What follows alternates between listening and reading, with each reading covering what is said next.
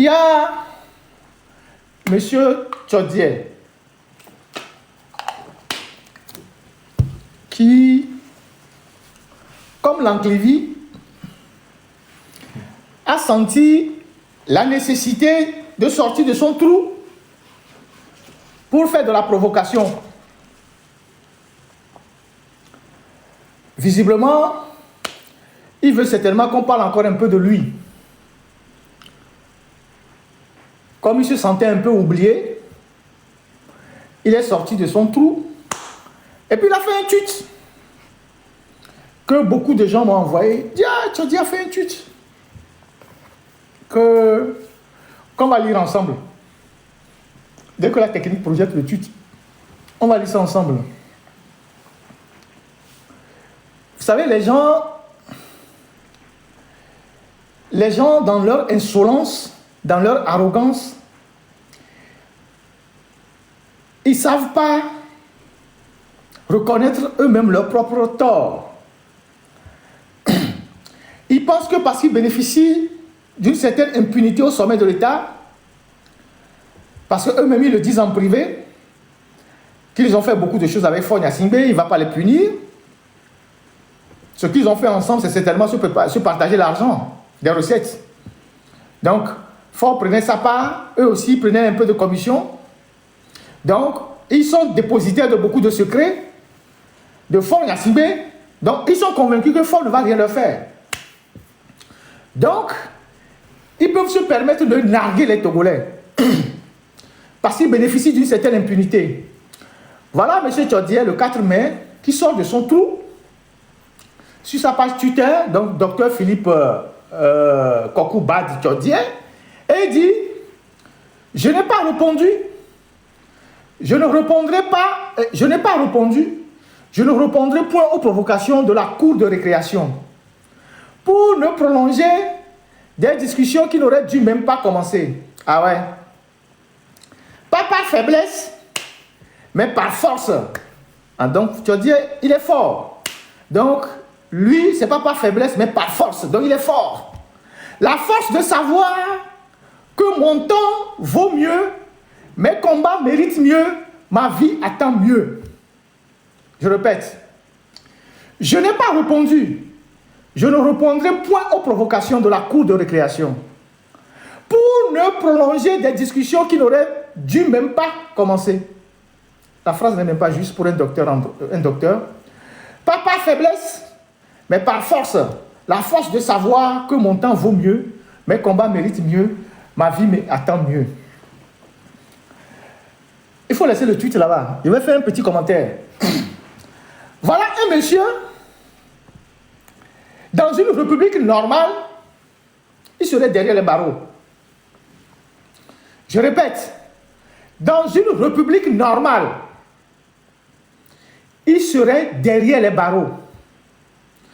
Pour tous les dégâts qu'il a eu à commettre lors de son passage à l'OTR. On savait qui il était avant de rentrer à l'OTR. On sait ce qu'il est devenu en travaillant à l'OTR. Si on fait le bilan et on passe au scanner ce que lui possède après avoir travaillé à l'OTR, c'est en prison qu'il serait pour crime économique, peut-être pour 20 ans. En Chine, il prendrait la peine de mort. Depuis qu'on a lui a fait ces révélations impliquant certaines de ces femmes, au lieu d'aller se cacher dans un trou et de se faire oublier, comme ils ont eu beaucoup d'argent et que l'argent leur monte à la tête, ils se disent oui, ceux qui les ont dénoncés sont des provocateurs. C'est ce qu'il écrit. Que je ne répondrai point à la cour, aux provocations de la cour de récréation. Il avait dit qu'on était des journaleux. Journaleux que nous étions, on l'a déshabillé. Maintenant, il dit que c'est dans la cour de récréation. C'est des provocateurs de la cour de récréation. Donc, vous voyez, quand on sort dans la cour de récréation, il y a ceux qui provoquent leurs camarades là. C'est nous, ça. Donc, lui, il est un enfant béni, enfant d'un riche, il est milliardaire. Nous, on est sortis dans la cour de récréation, on n'a rien à manger, donc nous, on le suit, on le provoque. C'est ce qu'il dit. Vous voyez que le gars là, s'il n'est pas bête, il est inconscient. Celui qui, à l'OTR, a fait des dégâts, pas seulement des dégâts dans la gestion de l'argent, des dégâts même dans la vie des gens. Des choses qu'on n'a pas dit ici, parce que ça touche, je ne sais pas comment dire, ça touche à la vie des gens, aux valeurs, à la vie des gens. Et il sait de quoi on parle, et il sait qu'il a fait tout ça. D'abord, s'il est un homme responsable, pouvait-il avoir 5 femmes à l'OTR dans un même service? S'il était un homme responsable, qui avait un minimum d'éthique, un minimum de conscience, pouvait-il avoir 5 femmes à l'OTR, sans compter celles qu'il couche parfois au bureau, sur la table et tout?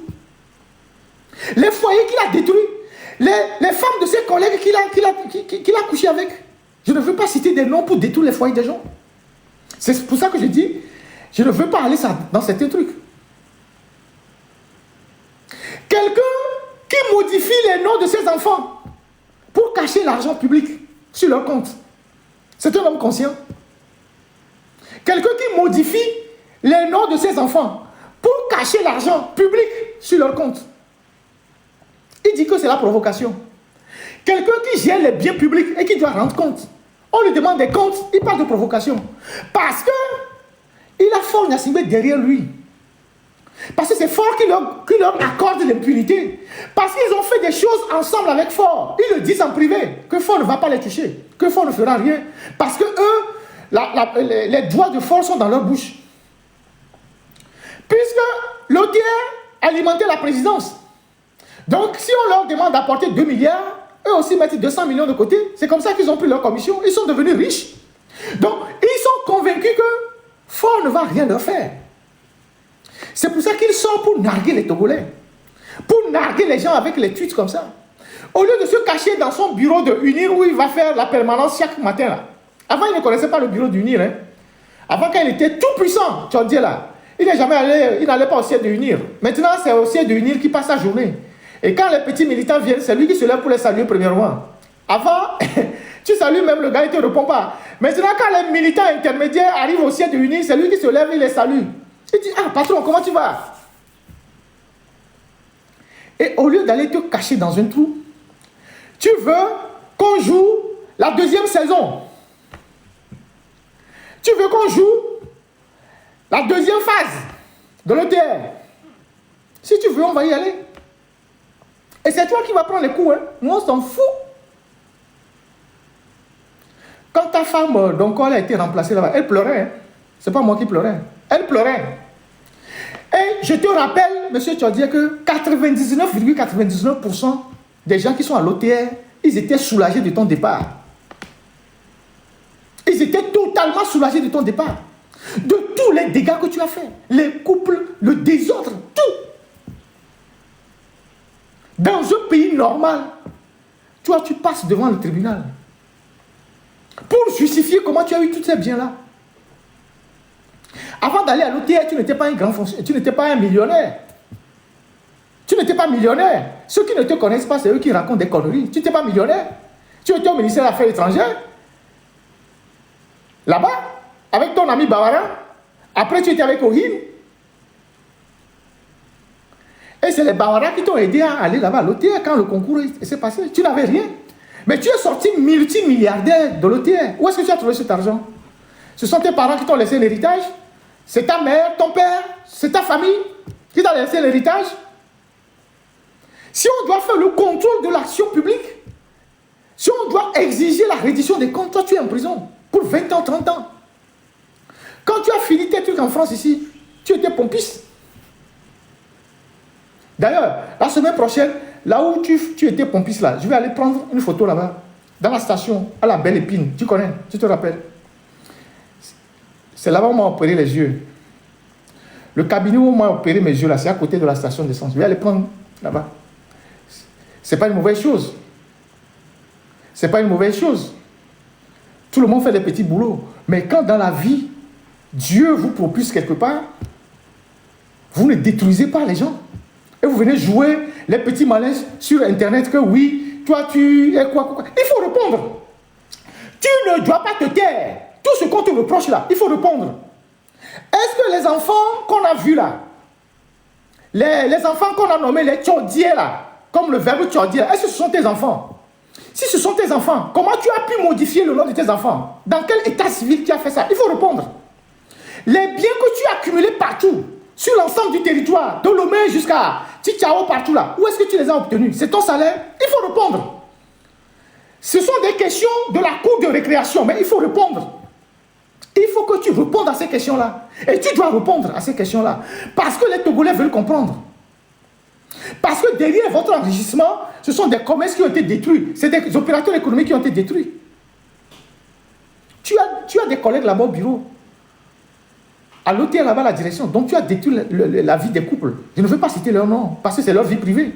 Mais il y a beaucoup de choses qui sont horribles sur vous que je n'ai pas encore mis sur la place publique. Parce que j'estime que, en tant que journaliste, je n'ai pas besoin d'étaler tout ça sur la place publique. Parfois, je parle en mots codés pour que les gens comprennent. Mais vous, vous êtes un démon. Ce que vous avez fait à l'OTR, avec les femmes, c'est démoniaque. Vous êtes un démon. Ce que vous avez fait à l'OTR avec les femmes, y compris même les femmes enceintes, c'est démoniaque. Vous voulez que j'ouvre ce chapitre-là sur la place publique? Personne ne vous dira bonjour. Les gens vont même se poser la question, où est-ce que vous avez appris cette manière de se comporter envers d'autres humains? Donc, allez vous cacher quelque part. Sinon, la deuxième phase là va vous traumatiser. C'est fort qui vous assure l'impunité, hein, parce que vous l'avez servi. C'est ce que vous dites aux gens. Que rien ne va vous arriver parce que vous étiez au service du président. Et que c'est à lui que vous donnez de l'argent. C'est ce que vous dites en privé. Vous et vos femmes, tout ça là, c'est ce que vous dites. Que non, on va bavarder, ça va finir. Mais n'oublie pas, je l'ai rappelé tout à l'heure au juge, Fort peut tomber demain. Fort n'est pas éternel. Quelque chose peut arriver à Fort demain. Son régime peut tomber demain. Et tu vas répondre. Quelque chose peut tomber demain. Et tu vas répondre. Un régime politique, c'est un régime qui peut s'effondrer à tout moment. C'est une dictature. Donc ne pensez pas que vous êtes à l'abri de quoi que ce soit. Rien du tout. Il faut faire très attention. Sinon, vous serez surpris. Au Togo, les événements vont vous rattraper. Et vous n'aurez que vos yeux pour pleurer. Donc, va te cacher quelque part et jouir de l'argent qu'on n'a pas encore ramassé chez toi ou le reste qu'on n'a pas encore saisi là. Il faut aller te cacher et bouffer ça. Mais si tu joues à ce petit jeu-là, quand on a commencé ce dossier, c'est toi qui se plaignais chez les gens. Hein? C'est toi qui pleurais, c'est pas nous. Hein? Nous, on n'a rien à cirer. Nous, on est des journalistes. Hein?